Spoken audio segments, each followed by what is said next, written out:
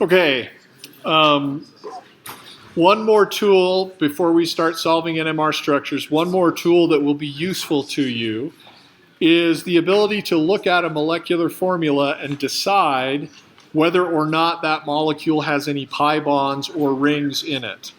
So notice the difference in molecular formula between this alkane, which fits the pattern CnH2n plus 2, versus these two molecules that have a ring or a double bond. Notice that the formula for hexane is C6H14. Cyclohexane is C6H12. Making one ring causes you to lose two protons because you have to pop two protons off the end of hexanes and then connect those two carbons together. Similarly, a molecule with a double bond, hexene, has a formula C6H12.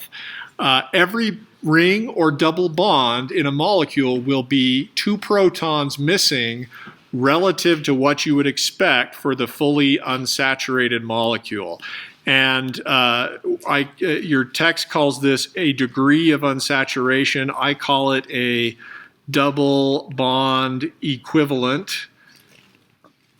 Or you can just think of a pi bond and or rings. So it turns out that if you take the number of carbons in a molecule, multiply that by 2 and add 2, this gives you the number of protons expected in a fully saturated hydrocarbon. Then you subtract the number of protons you actually have, divide by 2, and then that will tell you the number of pi bonds or rings. So 2 times 6 is 12, plus 2 is 14, minus 12 is 2, divided by 2 is 1. Cyclohexane has one double bond equivalent. That is one pi bond or ring. It has a ring, right? Now, as you start to get molecules that are more complicated, notice if we compare butane, C4H10, to 2-butanol, the presence of an oxygen without any double bonds doesn't influence the number of protons, because oxygen can be attached to two things, right? So, and have a neutral formal charge. By the way, this math is for neutral molecules.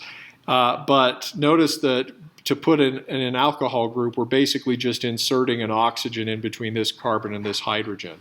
So in calculating the number of double bonds and or rings in a molecule, we will simply ignore oxygens and sulfurs in the molecular formula. So for example, C4H80 for oxygen. 2 times 4 is 8, plus 2 is 10. That's how many protons we expect in a fully saturated hydrocarbon. Minus 8 is 2, divided by 2 is 1. One double bond equivalent, and indeed there is the pi bond. Okay? With nitrogen, for amines, if you put a nitrogen in this molecule, you actually add an additional proton. So in calculating the number of protons we expect for a fully saturated molecule, we can't ignore the nitrogens. We have to add the number of nitrogens. And then for halides, you put in a halide and it completely replaces the spot of a proton. So to account for that, in calculating the number of protons we would expect for a fully saturated hydrocarbon, we're going to add the number of nitrogens, we're going to subtract the number of halides. So for example, in this 2-chlorobutane, C4H9Cl, there are no pi bonds or rings. 2 times 4 is 8, plus 2 is 10, minus 1 for halide is 9, minus 9 protons is 0, 0 double bond equivalents, 0 pi bonds or rings. Why do you want to know that? Well, at least it tells you something about the connectivity of the molecule ahead of time. So for this NMR spectrum, you're given a formula C4H8O2. It would be useful to know whether there's any pi bonds in this molecule. So we're going to do 2 times 4 plus 2 minus 8 divided by 2 and that is 1 pi bond or ring. So we know as we're drawing potential options for this molecule that we have to have at least 1 pi bond or a ring. That narrows down the number of possibilities we can deal with. By the way, one check you can always do in solving these problems, make sure in the molecule that you draw that it has the right molecular formula. It's so easy to get derailed down some tangent where you draw something that has actually too many or too few protons. So keeping in mind double bond equivalence will help you with that. Okay, so molecular formula can tell you number of pi bonds or rings. IR information is in the previous lecture. We didn't talk about that. Essentially, it tells you about functional groups. If you have a strong peak at 1700 wave number or inverse centimeters, that's characteristic of a carbon-oxygen pi bond or a carbonyl group.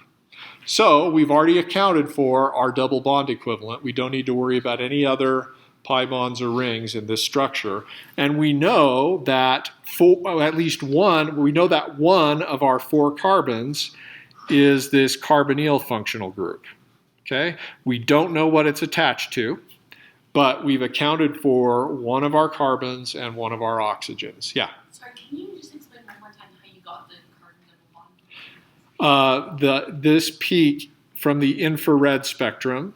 We didn't talk about that at all today, and it's in one of the lectures, I think, that I uploaded that I would have given on Friday. It's in spectroscopy section A and B. There's a lot more there than we're actually going to use. In effect, we're just going to know, I'm going to give you a list of characteristic peaks in the infrared spectrum, and those correspond to bond stretching of key functional groups. Yeah. All right. So there are multiple ways to approach this problem. You can approach it from different directions. The key is to build up individual fragments of the molecule and then put them together in ways that make sense. Could you move the mouse? Yes, I'd be happy to. Sorry. Thank you. Okay. So if I look at this spectrum, one place to begin is to say the lines here represent peak area, which, as I've told you, is proportional to the number of protons represented by each peak. Now, technically, if you want to, you can add up these numbers and then divide them by the number of protons in the molecule, and that'll give you an idea of how many arbitrary peak units go for 1 proton. I don't ever bother with that because sort of close enough is good. So I can see that 30 and 29 and 23, that sort of tells me a 1-to-1 ratio between these peaks and maybe a 2-to-3 ratio between this one and these. So that would tell me probably 2 protons, 3 protons, and 3 protons. And incidentally, it's convenient that adds up to 8.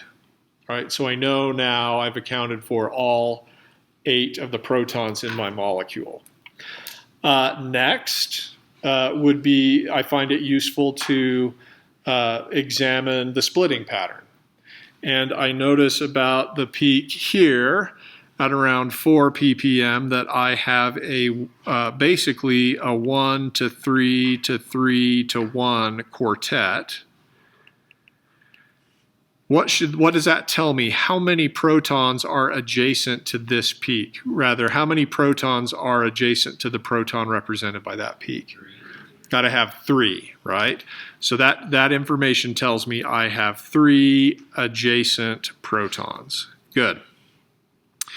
Okay, let's look here. I have a singlet. That tells me how many adjacent protons can this peak have? 0 adjacent protons. All right, good. And then how about this 1 to 2 to 1 triplet? That's adjacent to the 2H. That's got to be adjacent to how many? 2 adjacent protons. Okay. And now you're beginning to see that we've got some reciprocal or complementary information. I have a 2-proton peak that's adjacent to 3 protons, and I have a 3-proton peak that's adjacent to 2 protons. So if I'm drawing out fragments of this molecule, then I've got, in addition to the carbonyl group, I've got a CH2 adjacent to a CH3. And where whatever is here has no protons. And then how about this peak? What could that represent? Just a methyl group, but can it be adjacent to anything with protons? No protons. Okay. So let's count carbons and see if we've accounted in our fragments for each of the carbons. 1, 2, 3, and 4. Check. Protons we've already accounted for. We have 1 of 2 oxygens, so there's a second oxygen that we need to be mindful of. And the problem is oxygen doesn't show up in the NMR, so you have to infer its presence based on other evidence. So I'm just going to write an oxygen attached to 2 different things there. Those are our fragments: a carbonyl group, an oxygen, a methyl group, and an ethyl group. Now we can start piecing these together and generate some options, and then we can see which of our options is most consistent with the data. So one option might be to have a methyl group, and let's just maybe we'll call this A, B, and C. Methyl group represented by peak B. We could have that one bonded to an oxygen, because remember, methyl group B can't be adjacent to protons. And then we could have that oxygen attached to the carbonyl, and then we could have the CH2-CH3 group. Check that for just a second and see whether that obeys all of the connectivity things that we've dealt with. Would you expect to see for this proton a 3, for protons B, would you expect to see a 3-proton singlet? Okay, good. How about A? Would you expect to see a 2-proton quartet? Pretty good. And C, a 3-proton triplet?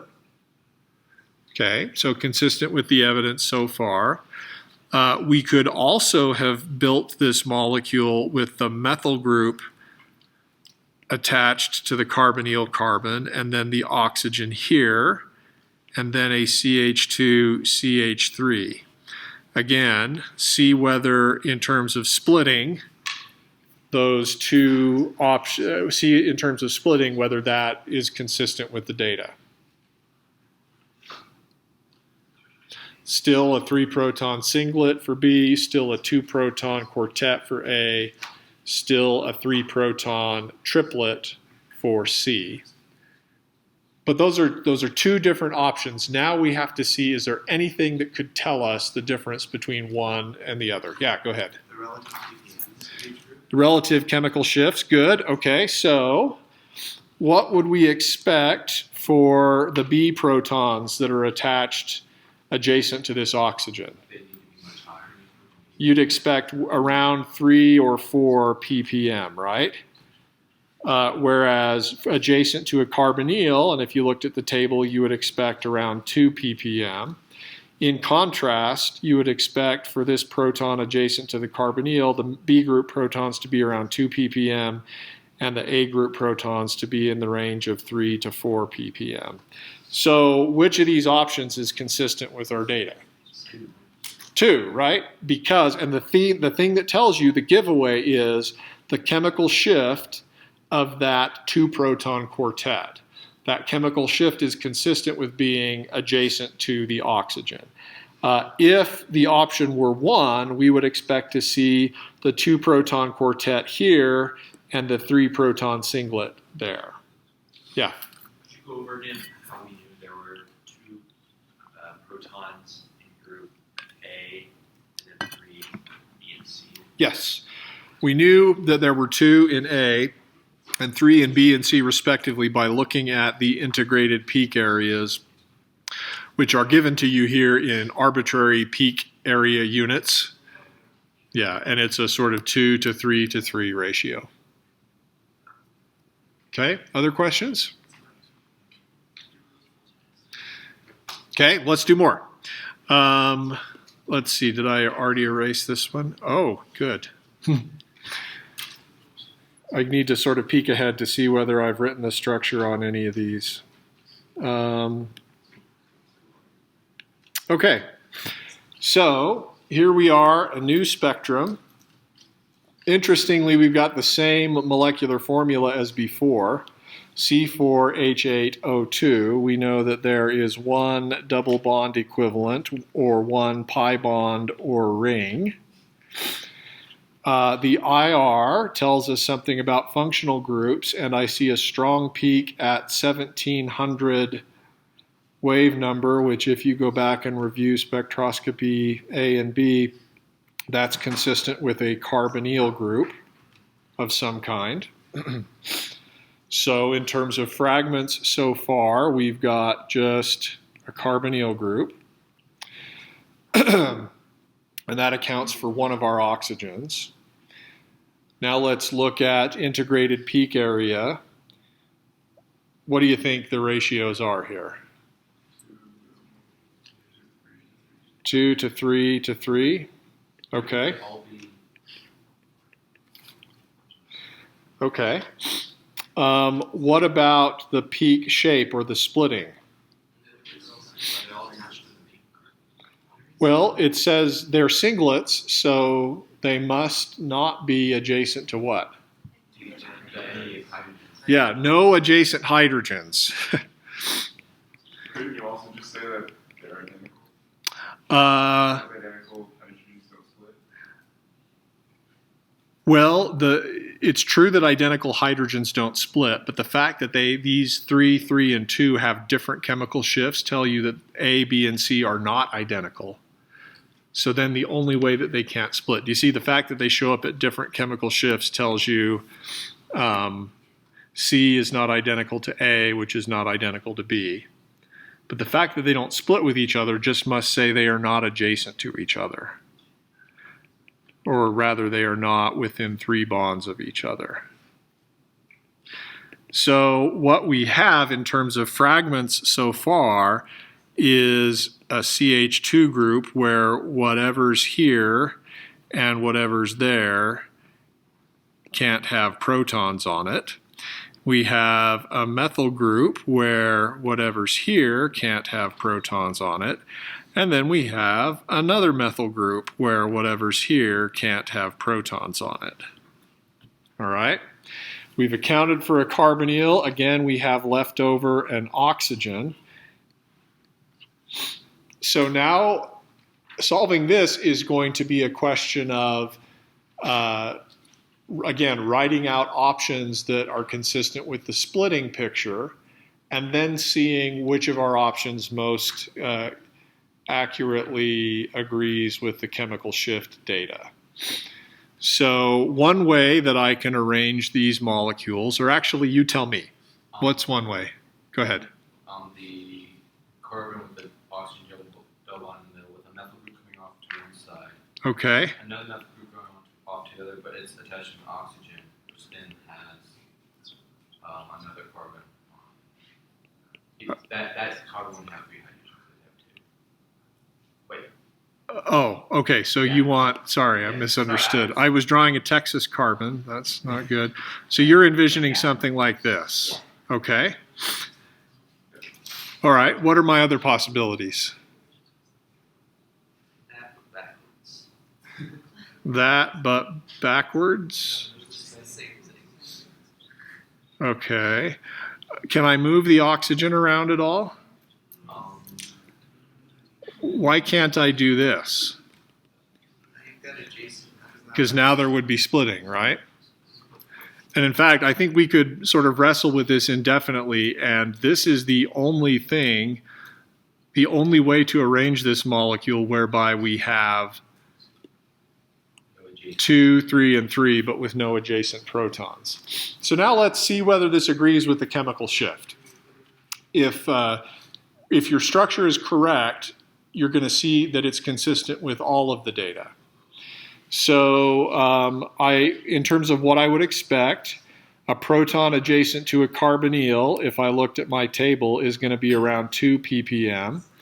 A set of protons adjacent to an oxygen is going to be around 3 to 4 ppm. And then what about protons that are adjacent to oxygen and adjacent to a carbonyl? Even higher. Probably, I don't know exactly, but probably even higher than that one. Because it's adjacent to both a carbonyl and an oxygen. So sure enough, I see a CH2 group that's around 4 ppm. I see a methyl group that's around 3, and again, that's acceptable for being adjacent to an oxygen. And then I see a 3-proton peak that's around 2 ppm, and that's what we expect for a carbonyl group. Yeah? And just as a reminder, the ppm shows us like how electron poor the Electron poor versus rich. Lower values of ppm are shielded and electron rich. Higher values are de-shielded and electron poor. Okay? Yes? On the exam, you would have a table telling us the ppm, or do we need to memorize? On the exam, I would have a table. Okay. Yeah. Okay? What else? Sometimes people like to, now we've sort of just gone through this piecing fragments together.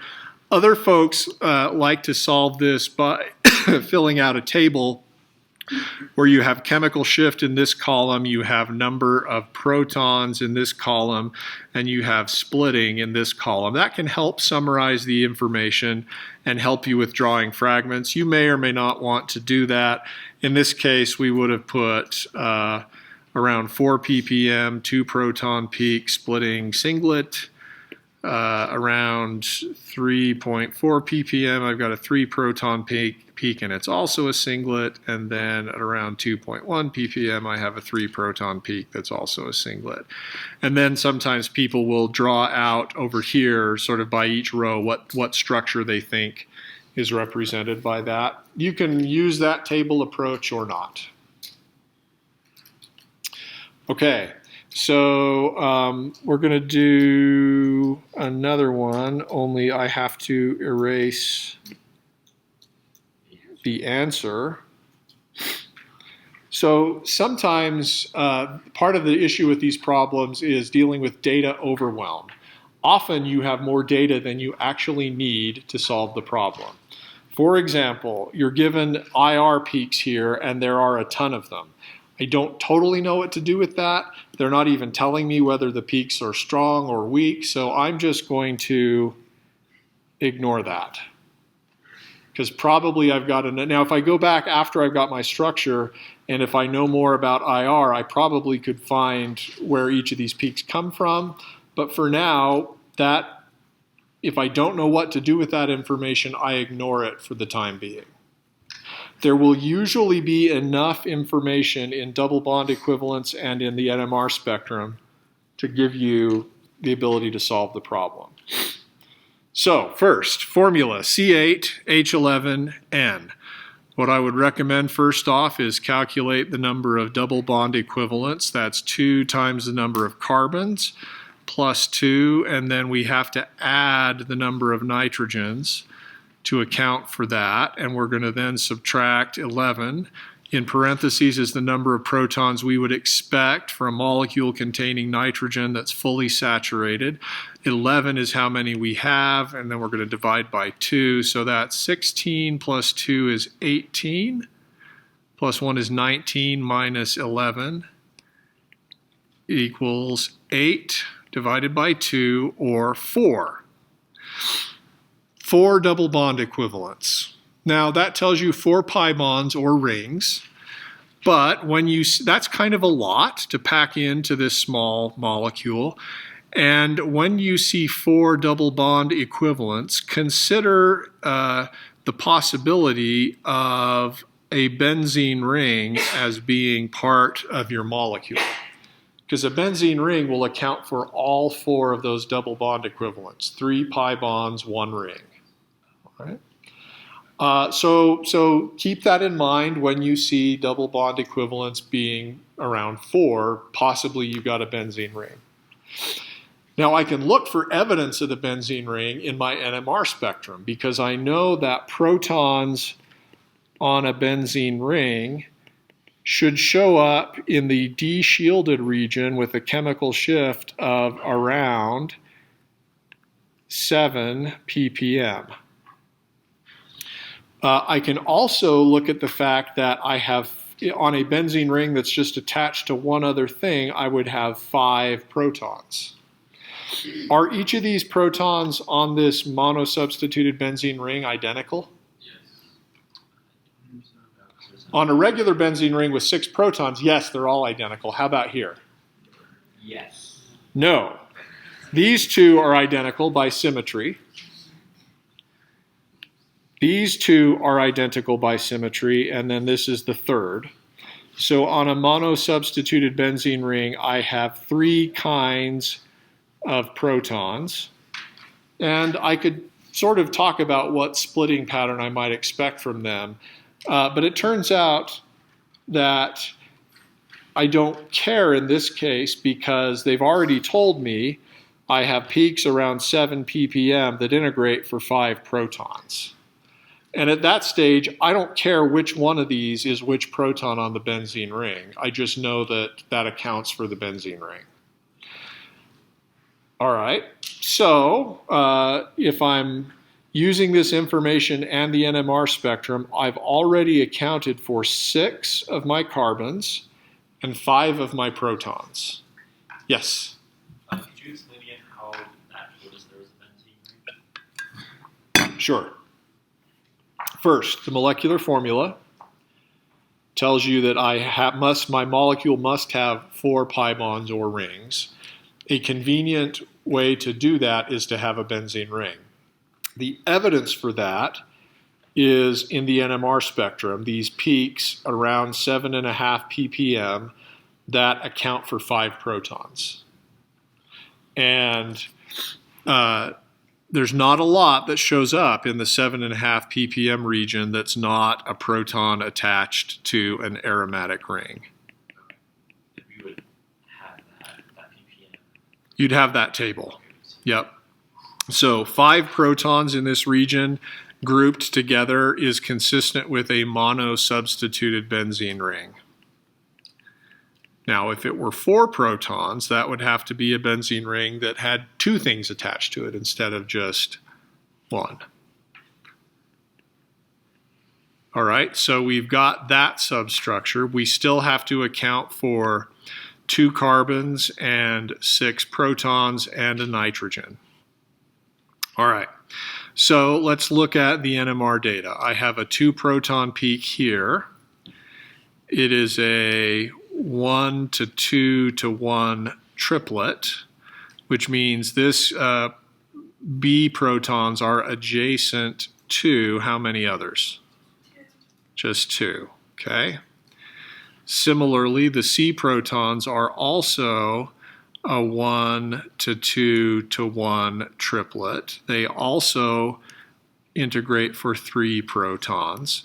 Their peak areas are similar, even though their peak heights are different. This is because peaks can be broader or narrower, and peak height doesn't necessarily correlate with peak area.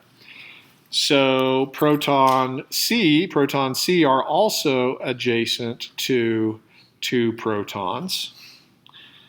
Is there a substructure or a fragment I can begin to draw now? Yes, what would it be? CH2, CH2. Okay, and then whatever is here would have to have no protons. And then we would think that whatever is here also has to have no protons. What am I going to do with this peak here that's 2 protons that's a singlet? It has to be by itself. We would conclude possibly that there are no adjacent protons. Let's see now what we're missing in terms of our formula. 6 carbons for the benzene ring, 2 carbons for the ethyl group. That accounts for 8. Right? So no more carbons. I've got 5 protons here plus 4 protons there. I've accounted for 9 of my 11 protons. So what's left is 1 nitrogen and 2 protons. But I with no double bonds or rings. So what could that be? Somebody said an amine group. All right, so that would tend to put a benzene ring on one side of our ethyl group, and then an NH2 on the other side. Okay, there should be something there that makes you uncomfortable. One of them is adjacent to the hydrogen. These protons here are adjacent to hydrogens on the amino group, all right? Now remember what I told you about protons that are on electronegative atoms. They can exchange rapidly, so sometimes you don't see them at all. And when you do see them, because they're trading rapidly with the solvent or with other molecules, on average the impact of splitting just disappears. So for protons on NH2 groups or OH groups, you may or may not see splitting. That ambiguity is difficult to deal with. You may or may not see splitting with OH and NH2 protons. Okay? There's simply no other way to put this molecule together that's consistent with the data. I'm okay with the fact that if the A protons are indeed the amino group protons, I'm okay with the fact that they're not splitting with the adjacent protons. Because remember, splitting occurs when you have two or more distinct environments due to adjacent protons. But if the protons on that amino group are exchanging quickly with other protons, on average, there's only one environment, and it's a messy environment. Yeah. It was like if you said with hydrogens next to oxygens, you cannot determine what the ppm is. I'm sorry, hydrogens that are attached to oxygens. Yeah, we said a while ago for, sorry about the rapid scrolling. Like because the nitrogen is very similar to oxygen, that Yes. you just cannot determine what ppm is. So I told you that you may not, the ppm here, it could be anywhere between 1 and 5, chemical shift, same thing here. So the chemical shift information is not actually that useful for identifying NH2 or OH protons. Similarly, you may or may not see splitting with those. So you often have to rationalize those after the fact by eliminating any other options. Okay, and in fact, this is the right answer. Now, can you think of any other options that would account for the evidence here?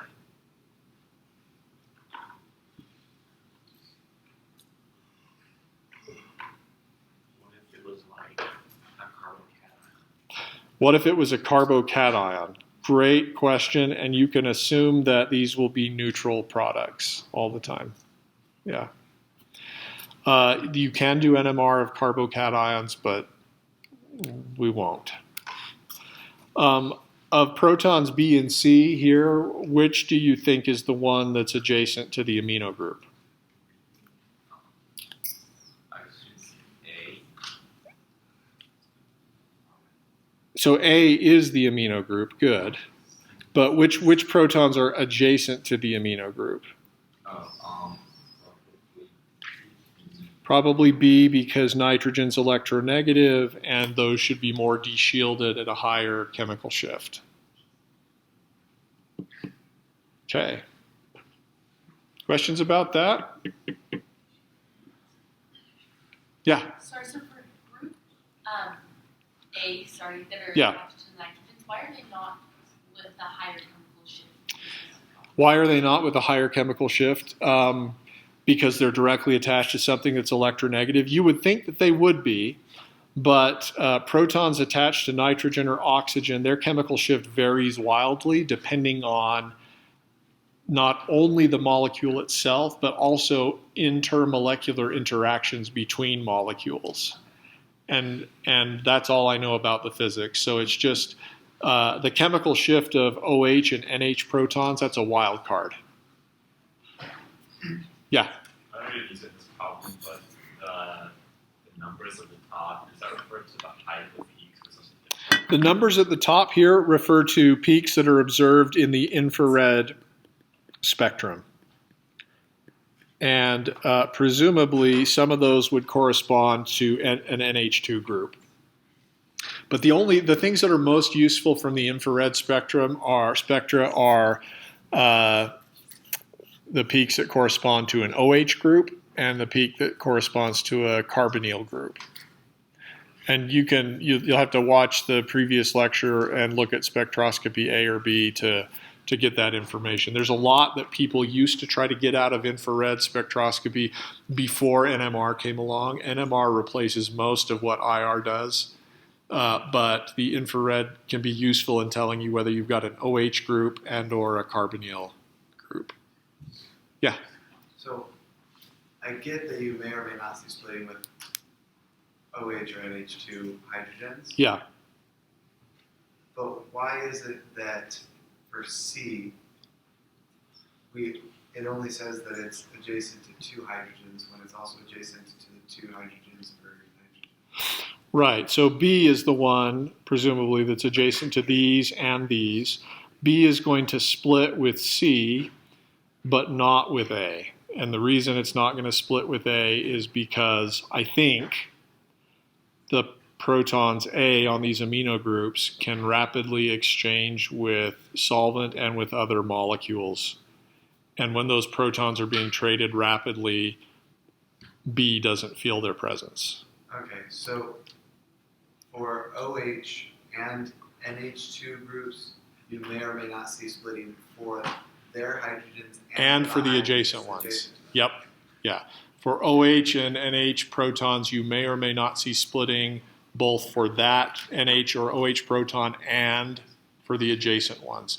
Now, notice we still see splitting between the adjacent one, between B and C. We just don't see splitting between A and B. So please do not misunderstand. The fact that I don't see splitting between B and A doesn't have anything to do with whether or not I see splitting between B and C. Okay? So there's a ton of these problems in your text. So if you want practice, go to your text and in the back of the chapter and just crank through various problems. That's where I've gotten these from. These are about the level of difficulty you can expect on the exam. On the exam, sometimes I will either give you a spectrum or actually I will just give you a table that tells you the chemical shifts, the integrated peak areas, and then whether it's a singlet or a doublet or a triplet, and then you use that information to solve the structure.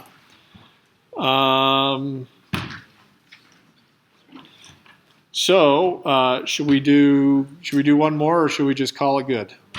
I'd love to call it good. No? Okay. Get your money's worth, right? Let's do this one, C9H10O2. So how many double bond equivalents do we have? 2 times 9 is 18, plus 2 is 20, minus 10 is 10, divided by 2 is 5. 5 double bond equivalents. I have a peak at 1700, which if I looked at my IR table, that would tell me, again, probably a carbonyl group. If I include the carbonyl group and the fact that I've got a 5 proton group of peaks here in the region that's consistent with being on an aromatic ring, then I will have accounted for all 5 of my double bond equivalents. Okay, so the reasoning here is 5 double bond equivalents. One of them is probably this carbonyl group, and then the other is probably this benzene ring. And indeed, the NMR data tell me I have a group of signals, 5 integrating for 5 protons. They're in the range of chemical shift consistent with being attached to a benzene ring. Do I care? Should I be worried about the fact that there are 3 different signals there? No, Why not? I mean, it makes sense that it would. Maybe because there's three groups of hydrogen. Right, I've got three different groups of hydrogens, right? Yeah. If I integrated them, probably I would see that this is 2, and this is 1. But in this case, I don't need to know that. I just need to know that there's a benzene ring present. Okay, real quickly, what about this 2-proton pattern? How many lines am I seeing there? It's a quartet. Now, it's not a perfect 1 to 3 to 3 to 1, but it's close enough. It's 1 to 3 to 3 to 1-ish. Okay, the key point is it's a 4-line pattern, and it's a quartet. It is leaning a little bit to one side. That has to do with the physics, and we're going to tolerate a little bit of leaning. How about the 3-proton pattern? This is adjacent to what? The 2. So this would be a methyl group. That's a 1 to 2 to 1 triplet. So basically with these 2 peaks, I'm building up the substructure CH2, CH3, and whatever's there doesn't have a proton on it. Now, let's see. I've accounted for 6 carbons, 7, 8, and then carbonyl is 9. Now I need to start putting them together. So let's consider some options. One option would be this. That other oxygen comes from the molecular formula, right? I suppose another option could be this. Can you think of any others? Okay, so 1 and 2. Which one do you think it is and why? Go ahead. I think it's 1 because the oxygen is more electronegative. So you think that it is 1 because the oxygen is a bigger de-shielder than the carbonyl group, which would tell you would expect chemical shift for that proton to be in the range of 3 to 4 ppm, whereas you would expect chemical shift for that proton to be in the range of 2 ppm. And indeed, that's what we see. This is consistent with being adjacent to an oxygen. So yeah, 1 is our answer. Okay. So with that in mind, go do some practice. I could tell you how many NMR problems there are on the exam. Do you want to know that? Yeah.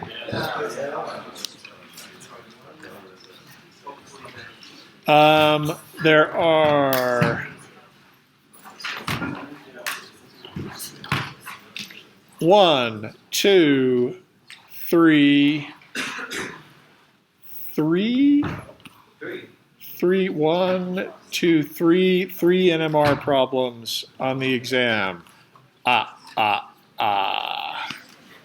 Okay, good luck. Feel free to stop by today if you want to talk about your exam.